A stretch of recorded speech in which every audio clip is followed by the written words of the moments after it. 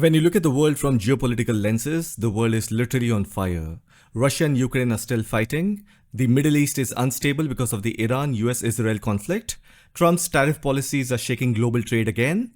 Supply chains are uncertain, energy prices are unpredictable. And in the middle of all this chaos, one country is quietly walking around the world saying, while everyone is fighting, come build with us. That country is India. And that is exactly why Prime Minister Modi's recent 5-nation diplomatic tour is far more important than many people realize. This was not just another random foreign trip, filled with handshakes, photos and ceremonial speeches. This looked more like a global business campaign, almost like a CEO of a giant company traveling market to market, pitching why investors should put their money into India before the rest of the world catches up. And honestly, when you look carefully, the timing becomes very interesting because Prime Minister Modi was not traveling randomly. He went exactly where the money, technology and strategic influence exist. First UAE, then the Netherlands, then Norway, then Sweden and finally Italy. A 5-nation tour running from May 15 to May 20. Now here is the important thing. Many people immediately start asking, is India facing some economic problem? Why is Prime Minister Modi suddenly pushing so aggressively for deals and investments? And at first glance, the question sounds logical because usually when leaders travel this aggressively for investments, people assume the economy is under pressure. But when you actually look at the numbers, the story becomes very different.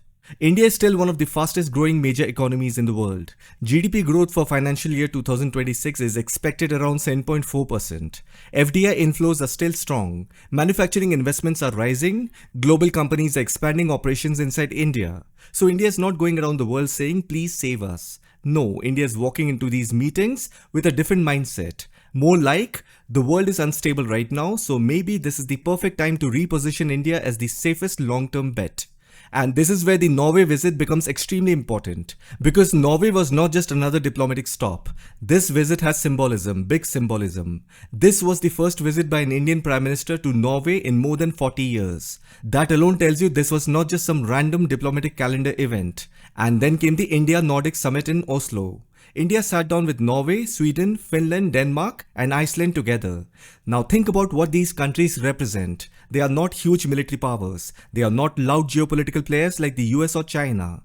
But they are incredibly rich in something India wants badly. Advanced technology, green energy expertise, maritime technology, digital innovation and sovereign wealth capital. Especially Norway. Norway controls one of the biggest sovereign wealth funds in the world, meaning enormous long-term investment power. And India knows this. So what did Prime Minister Modi do? He didn't go there talking emotionally. He went there selling opportunity. Green hydrogen, green ammonia, digital public infrastructure, healthcare research, AI cooperation, space cooperation, maritime economy, Arctic research. Even India's Arctic station Himadri became part of the conversation. Now pause for a second and think how unusual this is. 20 years ago, India was mostly pitching cheap labor and outsourcing. Today, India is talking about AI, Arctic strategy, underwater technologies, digital infrastructure, green transition, and trusted technology partnerships. That itself tells you how India wants the world to see them now. Not just a low-cost economy, but as a strategic partner for the future global order. And honestly, the timing is smart because right now every major economy is nervous. Europe is dealing with energy insecurity.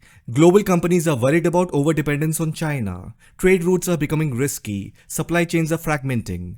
This is exactly where India sees an opening. The entire China Plus One supply chain diversification strategy is happening globally, where companies keep manufacturing or sourcing in China, but also set up at least one more production and procurement base in another country. India wants to become the biggest beneficiary of it. And the government knows something very important. These opportunities do not stay open forever. When global companies are uncertain, they look for stability, not perfection, just relative stability. And compared to many regions right now, India looks comparatively stable. Large market, young workforce, growing infrastructure, democratic system, massive consumption base. So Prime Minister Modi's diplomacy right now feels less like traditional politics and more like strategic positioning during global uncertainty. Almost like a shopkeeper during a storm. When every other shop in the market is facing disruption, the smart shopkeeper quickly opens his store wider and says, "Come here, business is safe here."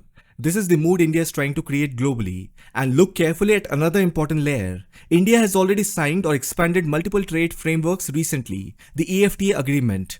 Growing trade engagement with Europe, stronger ties with Gulf countries. These agreements are like building highways, but highways alone don't create traffic. You still need vehicles to move. That is where these diplomatic visits matter. The agreements create the framework. Prime Minister Modi's tours are trying to convert that framework into actual investment pipelines, factories, technology partnerships, research cooperation, supply chain relocation, basically turning diplomatic relationships into economic ecosystems. But at the same time, this does not mean everything is perfect.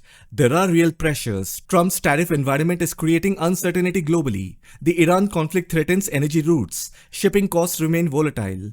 Global demand is slowing in some sectors. And then one more important thing many people ignore. India's net FDI story is weaker than gross FDI headlines. Yes, money comes in, but money also flows out, which means India still needs sustained long-term capital formation if it seriously wants to hit massive economic targets, like becoming a $5 trillion economy. So there is definitely urgency, but urgency is not the same as desperation. That difference is very important. A desperate country asks for rescue. A strategic country sees instability as opportunity. And right now, India appears to be choosing the second path. In many ways, Prime Minister Modi is acting less like a traditional politician on this tour and more like the global salesman-in-chief for India, traveling market to market, pitching India as the manufacturing hub, a green energy partner, a digital powerhouse, a geopolitical balancing force, and maybe, most importantly, a stable destination in an unstable world. And honestly, whether people support Prime Minister Modi politically or not, this broader strategy is quite visible now. India is trying to position itself before the next global economic order fully settles, because once global supply chains permanently shift, whoever captures those investments early may dominate the next 20 to 30 years, and India clearly does not want to miss that movement. Now the real question is not whether the diplomacy looks impressive. The real question is how much of this actually converts into real factories, real jobs, real investments, and real long-term economic gains for ordinary Indians. Because announcements are easy, execution is everything. And over the next few years, that is what we will truly find out. I hope you found this video informative. Thank you for watching, and I'll see you in the next one.